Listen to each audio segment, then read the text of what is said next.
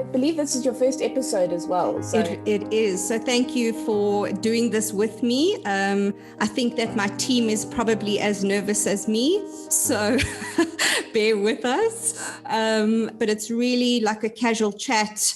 I'd love to get to know you better, and might be helpful if I just tell you like who I am, my background, and the reason why I wanted to interview you in particular. Absolutely. Please. I'd love to hear more. So I am in the self-development industry. My background is actually in addiction treatment.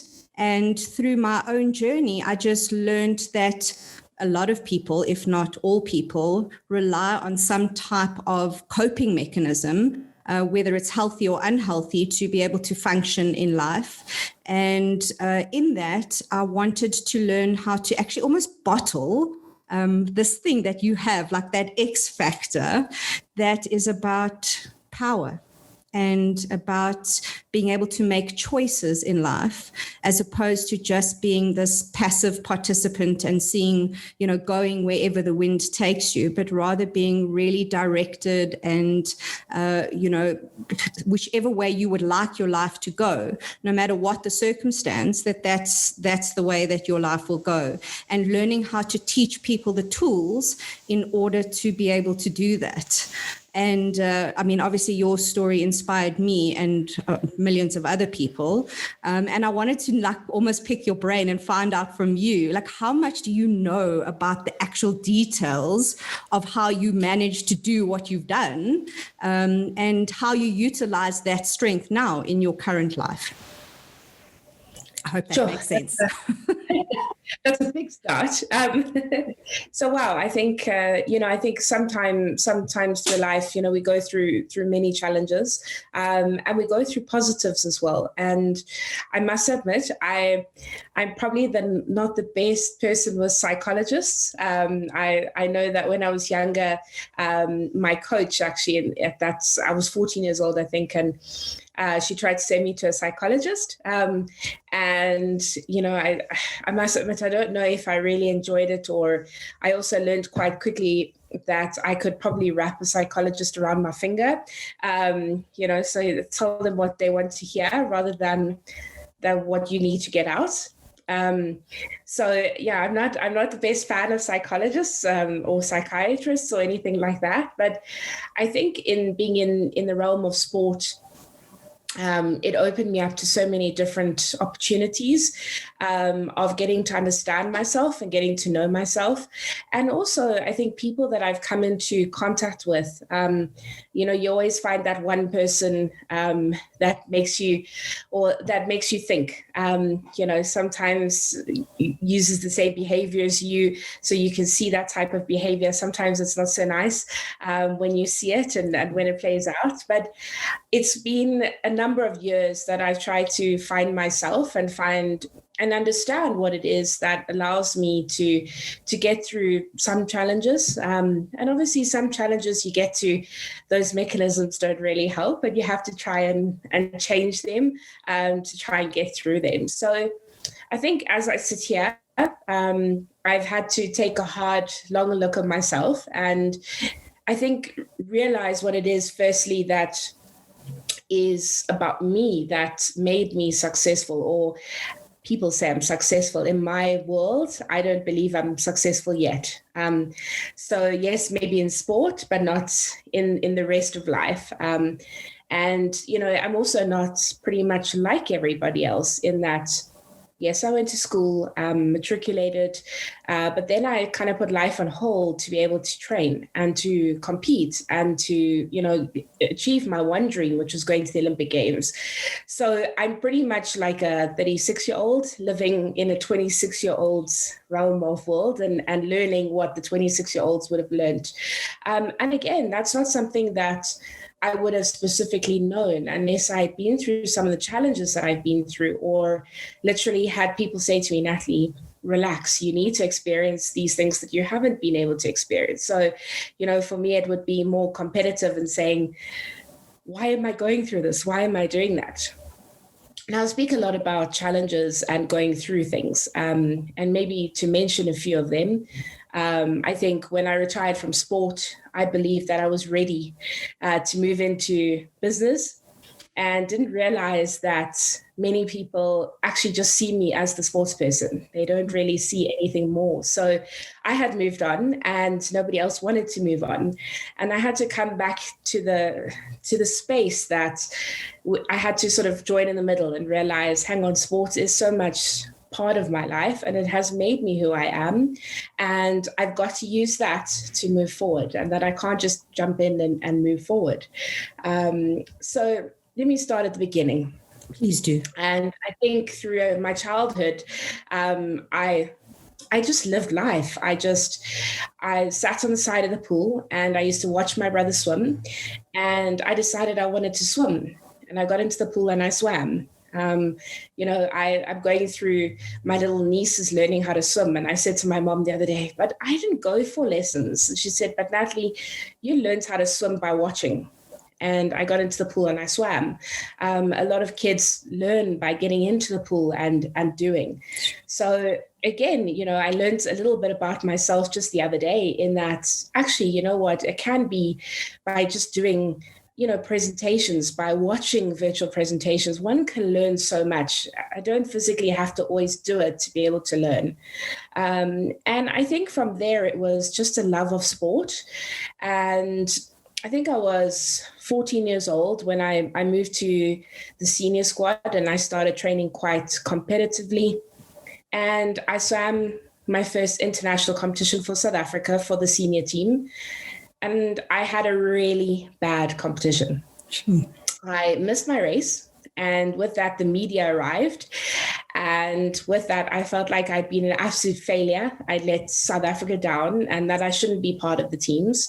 Now, because I was so young, I actually won the race here in Johannesburg, and everybody said I shouldn't be going because I was too young. And I'd only beaten the girl by a couple of split seconds, and they said she should be going in my place. So a lot of that built up to, I think, harboring the grudges that, why am I swimming? I shouldn't be swimming. I shouldn't even be there for Team South Africa. And I just remember my coach saying to me, but Natalie, you're 14. There's another Commonwealth Games. There's another Olympics. Just keep training, keep working. And I just remember saying to myself, I need to go to training. I didn't love swimming. I didn't enjoy anything that I was doing, but I went. That I don't want to go so early in the morning, but I have to go because otherwise I'm going to be behind everybody else. In galas and competitions, I swam so badly, nowhere near my times. But I carried on just swimming.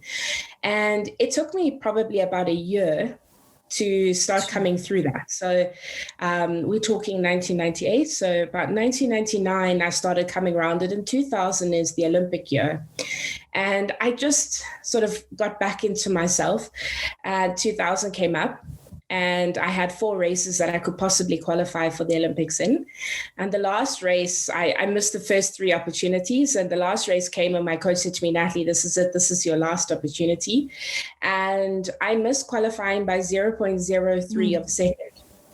And I think, going through another challenge, one realizes, hang on, I just have to get into it, and I mustn't stay out of it and try and make up my mind or make a decision if I want to be a swimmer, if I don't want to be a swimmer.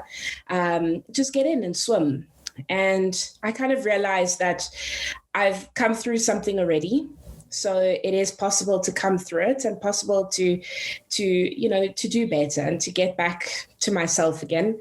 I also kind of have a terrible personality in one way, in that I love to just keep busy. So in every competition, I swam every race because I didn't feel like sitting on the side and watch everybody else. So I think the competitiveness in terms of swimming was definitely there. And as I got older, I realized that, life wasn't always about competition. It was also about just, building up your life and building up who you are, your friends, your circles, finishing school. That was all really, really important. And then 2001, having a motorbike accident. And obviously just after 2000, so another sort of tragedy happened. And I think what was very fortunate was that my parents had some disabled people come and speak to me in hospital. And there was one gentleman that literally sat there, and I had no idea what type of disability he had. And it ended up being he was just missing the front half of his foot. And, you look back and you think, sure, that's definitely nothing compared to missing half a leg. And he carried on saying how he's run the San Francisco marathons and been exceptionally busy and got back into things. And then he started explaining all the challenges that he had whilst missing half of his foot. So balance, blisters because he couldn't find shoes to fit, getting a prosthesis and getting that to fit. And you realize at the end of the day that, hang on, I might be missing more, but we actually kind of have the same challenges. And I think for me, it was positive because everybody around me wanted me to get back to things as quickly as I could. And so I got into the swimming pool before I could walk, purely because I was waiting for some of my wounds to heal, and I could swim with plasters, but I couldn't put pressure on it. So walking was a little, I had to come a little later. And I think through all of this, many years later, I realized that I actually tend to switch off a lot of life. And I actually had switched off life to the detriment of a lot of things. So I, for example, when I traveled, I didn't really travel and sightsee or do anything. And I also grew up in a blue collar household where, your parents don't have a lot of money. And what they did scrape together to get you on the tours was just to get you there. So ultimately, I didn't really travel. I didn't really do any of those things. And as I sit here today, I wish that I had done quite a bit of that because, I've missed out on quite a lot of life and I've switched off a lot. So I realized that switching off was my mechanism. And how did I realize that? It was purely someone that when I traveled said, let's go do this. Would you like to do this? And I just kept saying no. And they started sort of mimicking that behavior.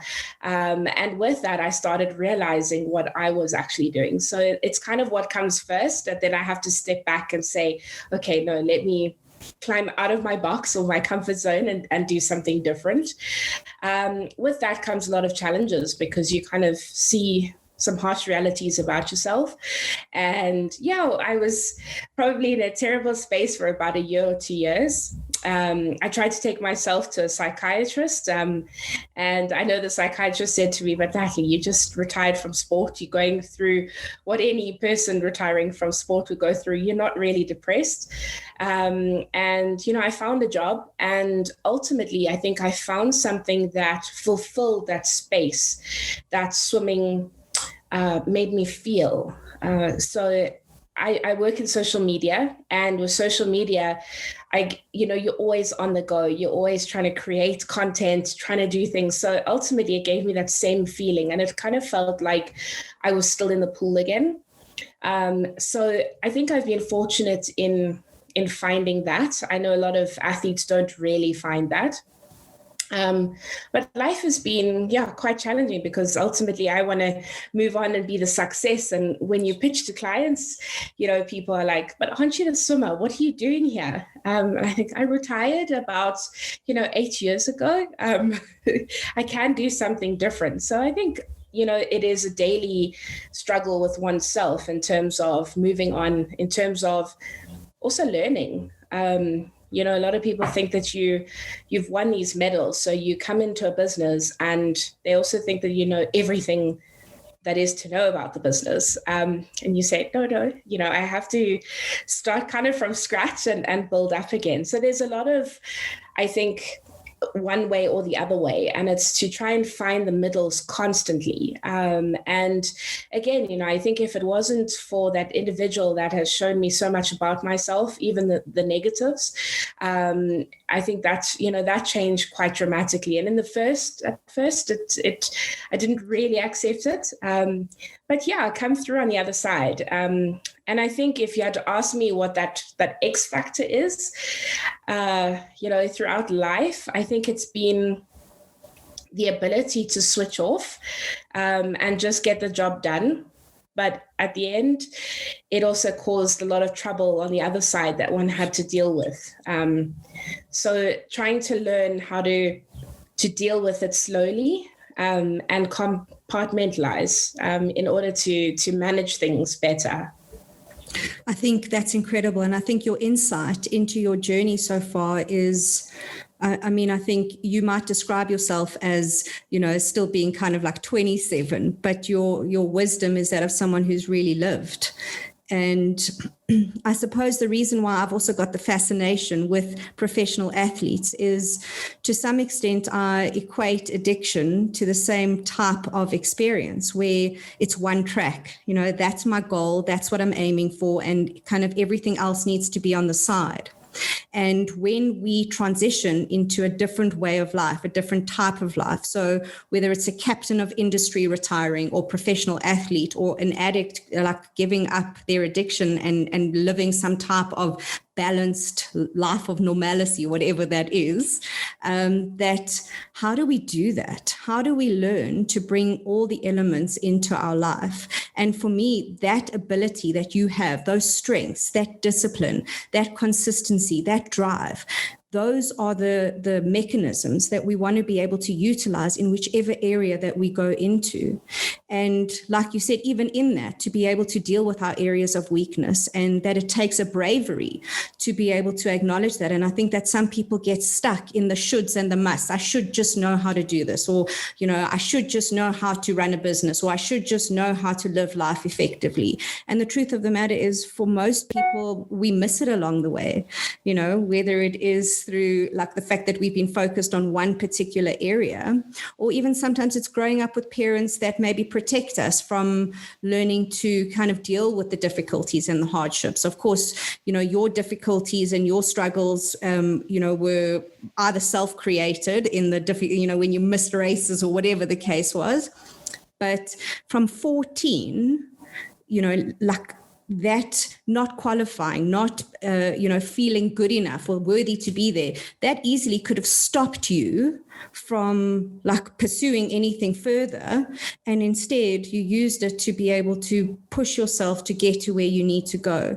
And like the little bit of work that I do with clients to almost tweak that is to have like a compassion, that to make those mistakes, it's okay to make mistakes, because if we can have compassion and understanding, we don't want to give up. We're like, okay, cool, I made this mistake. Now I know like which direction I need to push harder in, maybe I need to give more attention in a certain area, as opposed to beating myself up and, thinking I'm never going to get through, I'm never going to do this. And the other thing is that those strengths that we think we only utilize for one thing, if you think it was swimming was my thing, and I used that drive and that discipline in swimming, the truth of the matter is you have that with you 24/7, 365, and you'll utilize it in anything that you do, which, I mean, like, those are gifts. I think you hit the nail on the head. It is, let's say that I don't believe that one can just keep going over. Ultimately, you don't just have something happen and move on.